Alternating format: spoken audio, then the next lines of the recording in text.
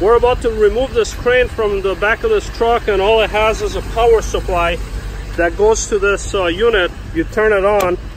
First you got to bring this jack down. As you see, it's working. It'll stable the vehicle. Once you stable the vehicle, then you have all sorts of controls.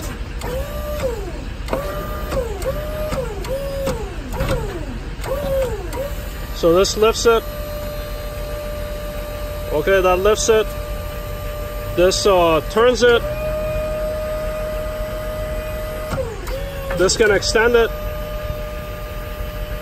As you can see, it's all functional. And we're gonna remove it from this truck. So here's the name, here's the model, and it's all functional. We'll bring it back down again so that the guy can take it to the shop. So that goes up. So that's all the way up. That's this first one. The second one turns it. This one brings it in.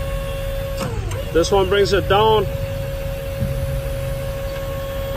And it's going to get removed by this young man. Thank you.